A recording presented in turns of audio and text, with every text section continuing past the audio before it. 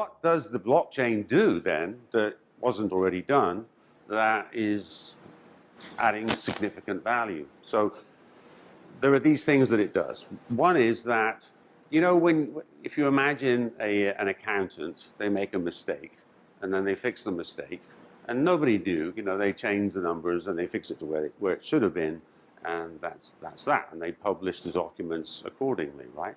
Well, in the blockchain, that isn't what happens. In the blockchain, a record is made of the mistake, and a record is made of the correction, and that is permanently there in the blockchain. So we have this permanent record of all the diddly little things that happen, which ends up being a very useful feature when you do stuff with it. That's a value-add functionality, right? Second thing to bring to mention is that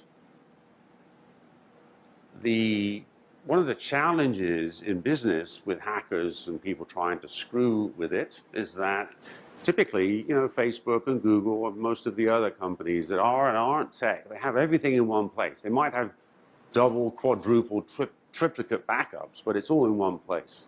So if somebody's successful in screwing with the system in the way, say, that Sony was hacked and everything internally was suddenly known. And so one of the things that the blockchain does that's really cool is it doesn't just make that record, which is kind of nice, but kind of similar to what you already get. It distributes it everywhere, very, very widely. And the logic of the blockchain, which is determined by the people who write any particular token system, because each one has its own set of rules, is written in such a way that it's incredibly difficult for one bad actor or a team of bad actors to take control, because everybody's got a copy of the same bloody records all over the place, which is a challenge technically to deliver high performance with, but it adds a high degree of confidence and security that the data won't be messed with. There's a hell of a lot of stuff that I'm saying here where it ain't delivered yet, right? There's a lot to do to delivering these things in an impressive manner, reliability-wise, security-wise, and performance-wise, but those things are being taken care of, and this is where we are going on the journey. Another interesting, attractive thing about initial coin offerings, really, actually, not about initial coin offerings, that's how you raise the money, about the blockchain, is that nobody has to be in charge, right? So you think Bitcoin, you say, well, Christ, that must be a big company. I wonder who's the president of that. Where are they? I'd love to be that dude or that dudess, because that would be pretty damn woo. And the team, I want to get on board, can I? They don't exist. The guy that was so smart as to innovate and create Bitcoin, which was the first such blockchain implementation that we're aware of, at least that I'm aware of, created it in such a way that it's without a leader. And so there are advantages to that. It means that once you have, say, a currency set up that's Bitcoin, as we do, then, because nobody's profiting from the entity in charge of it, then it looks like it's actually a currency, because it's not there isn't a business central to this that's profiting from stuff, right? It looks more, that's why the SEC has said it's a currency.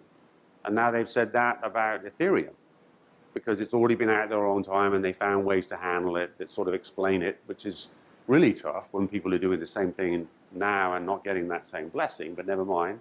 The point is that it doesn't have to have a leader. So, you know, Google can be pressured into releasing private information on any one of us or all of us, God knows what's happening, because that's what they're forced to do. But you can't do that with a network that has no particular person in charge. No person, no entity, right? That's an interesting thing. It allows you to do some stuff that couldn't otherwise be done. The blockchain uses what are called, I can't say it's weak, or I call it too, but Christ, you know, I'm not anywhere near the instigator in any of this stuff. I'm just a participant.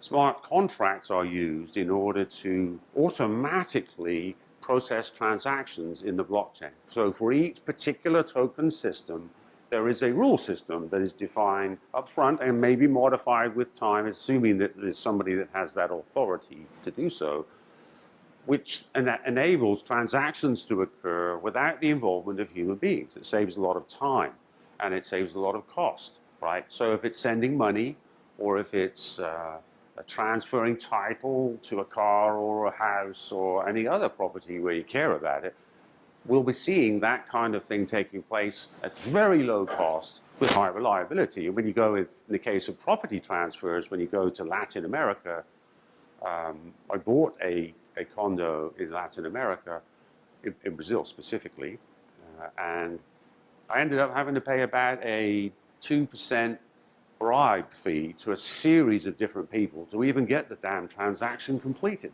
And the last guy, who I had to wear long pants to go into his office in a screaming hot day to show respect, he was taking cash hand over fist and looking inside the envelopes and putting them in the drawer and upped the price because I'm a Yank, or at least he thinks I am. I'm British, but let's not complicate his picture. Never, you see what I'm saying? We get past that. There's countries, just like they leapt from no phone to cell phones, smartphones in a lot of third world countries, we'll see no system at all, total chaos, to, wow, the blockchain being used for stuff and done in a secure and reliable manner. Pretty cool. Yeah, so, and this functionality of the smart contract, well, all of these things have to be done really well. Tony and I were talking about that, and he was educating me. Tony Sequeira is an expert in implementing smart contracts and token systems in a secure manner. When it's done right, then it's really good, and it's really efficient. Okay, so those are the reasons why the blockchain makes sense, or why it is interesting. It opens up the potential to do stuff that you can't do now. So the sorts of things that are happening are micro ownership of slices of real estate, right? So I can't afford. I want to, but I can't afford to buy part of the Taj Mahal, or that's a ridiculous example. But a piece of real estate someplace, the Biltmore Hotel, assuming it still exists, I want to buy a slice of that. Oh, good. They put it on the blockchain, and I can buy, 0.003% of it for more money than I can assemble. But the idea is cool, right? You can have micro slices of ownership. You can be diversified in that manner. That wasn't really feasible before. Now it's feasible and can be liquid. So you can have this kind of advantage, things that weren't doable before, that now become doable. There's one medical company, a biotech company that we are talking with, we're exploring working with, that intend to have their investors who buy their tokens fund their development of drugs and then get a slice of the return according to how much they invested later through using the blockchain, which is kind of cool.